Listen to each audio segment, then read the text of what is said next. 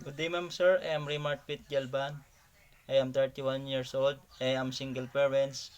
I have one daughter. She is 13 years old. I live in Philippines. My work for now is dragon fruit farming, but I have 5 years work experience as a houseboy.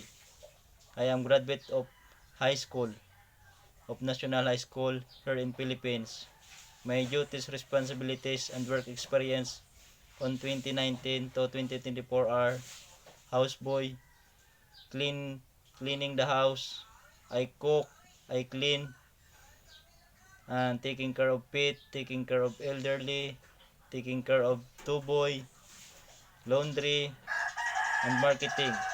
I cook Philippine food, but for now, my work is farming here in Philippines as a dragon fruit. I am interested applicant as you need me.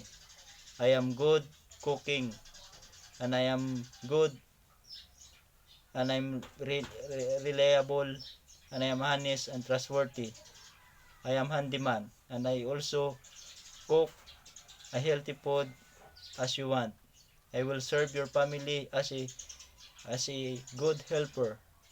Hope you choosing me as a helper in your family. Thank you.